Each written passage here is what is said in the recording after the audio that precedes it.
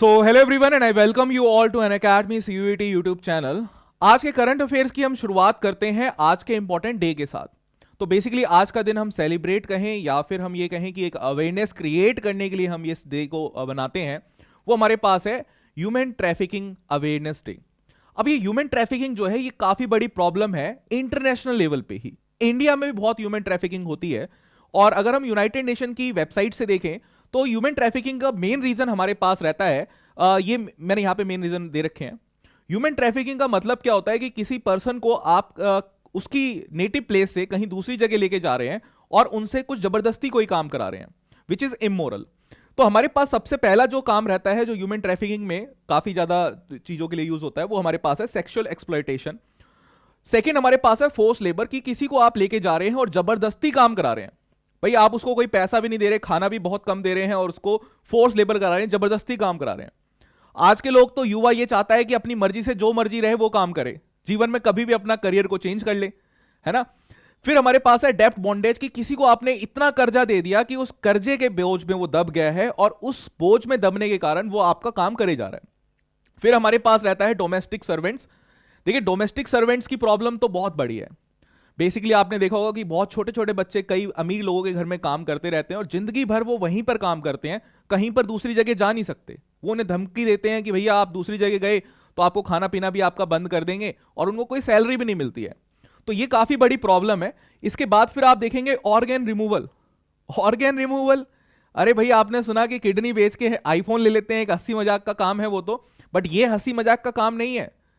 कई लोग गरीब लोगों को लेके आया जाता है और उनके जो ऑर्गन्स रहते हैं उनको क्या है डायरेक्टली बेच देते हैं, ठीक है।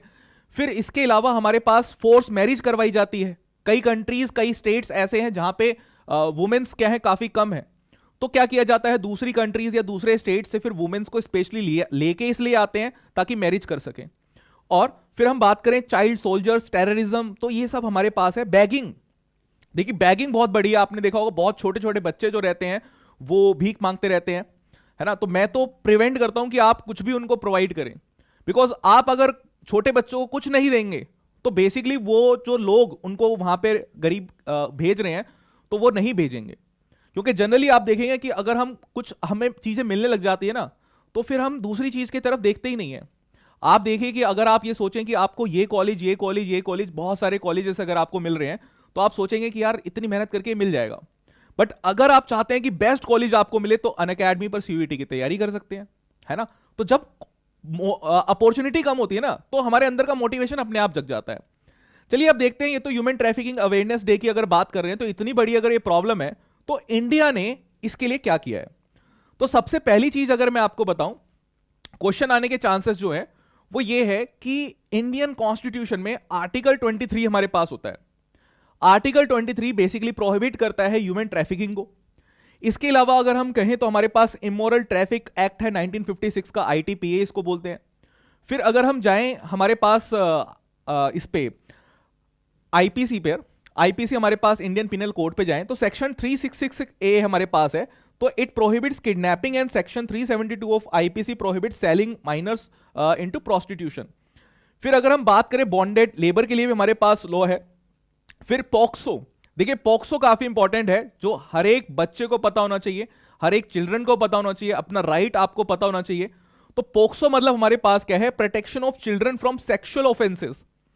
तो देखिए कोई भी अगर आपको सेक्सुअली अगर कुछ एक्स्ट्रा कोई चीज आपको दिखा रहा है या फिर आपको परेशान कर रहा है तो इस पर आप केस कर सकते हैं और बहुत ही मतलब रिग्रेस इसमें इंप्रिजमेंट्स भी हो सकती है, ठीक है। और यह सभी बच्चों को पता होना चाहिए। अब आगे बढ़ते हैं।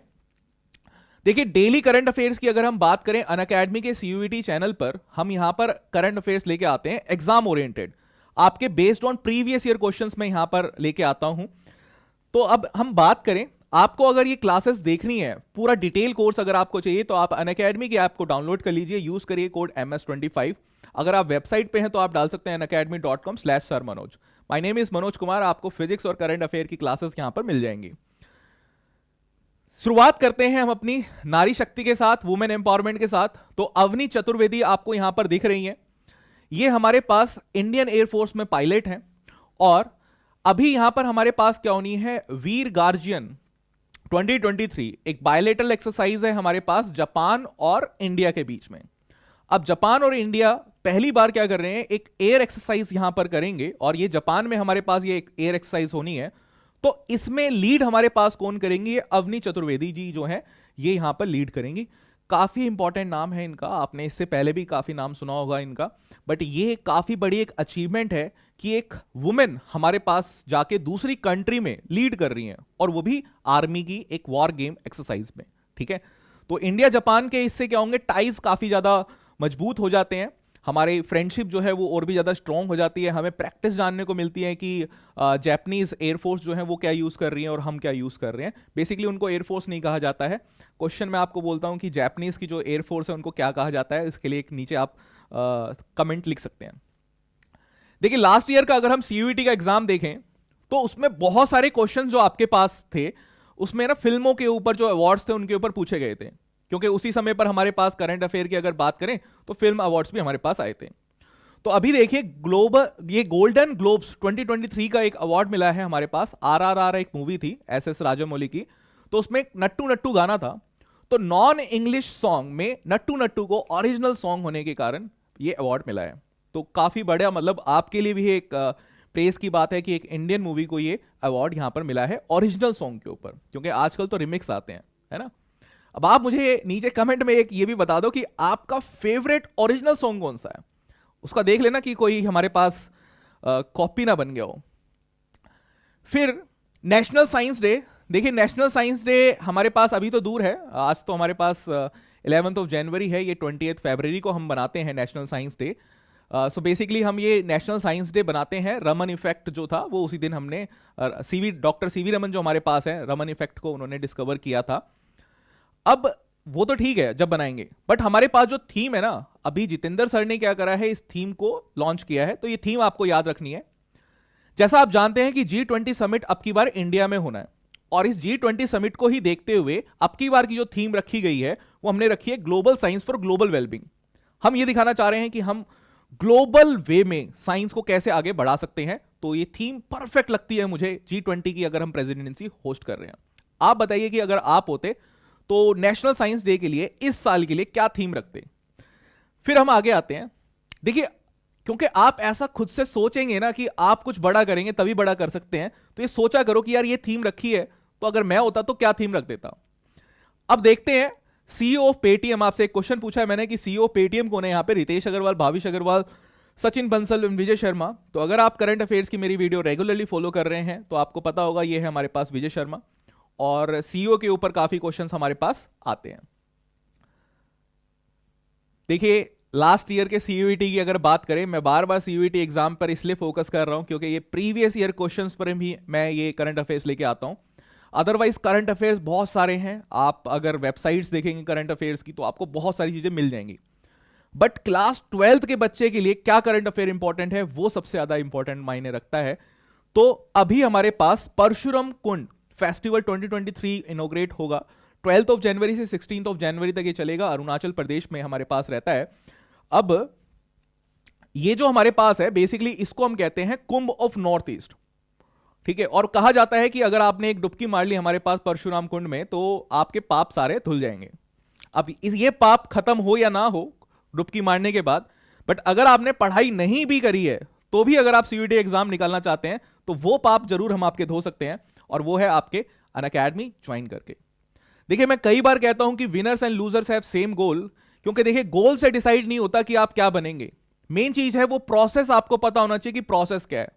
अच्छा कई होनहार बच्चे ऐसे हैं जिनको प्रोसेस भी पता है कि ये काम करना है, बट वो कर नहीं पाते हैं क्योंकि एक रिदम नहीं बन पाता, एक हैबिट नहीं बन पाती। तो हैबिट फॉर्म करने के लिए आपको एक कोचिंग जरूर ज्वाइन करनी चाहिए, बिकॉज एक रिदमिक फॉर्म में आप आ जाते हैं, और आप ज्वाइन कर सकते हैं अनअकैडमी, यूज कोड MS25, क्योंकि अनअकैडमी एक पर्सनल टच आपको प्रोवाइड करता है।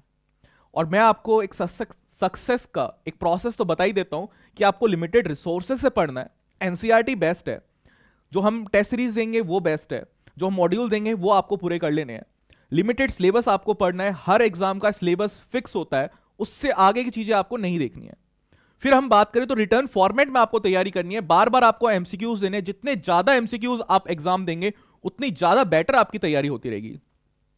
बस आज के लिए इतना ही। इस YouTube चैनल को जरूर ज्वाइन कर लें अगर आप पहली बार ये वीडियो देख रहे हैं। So thank you everyone for joining this. Let's crack it.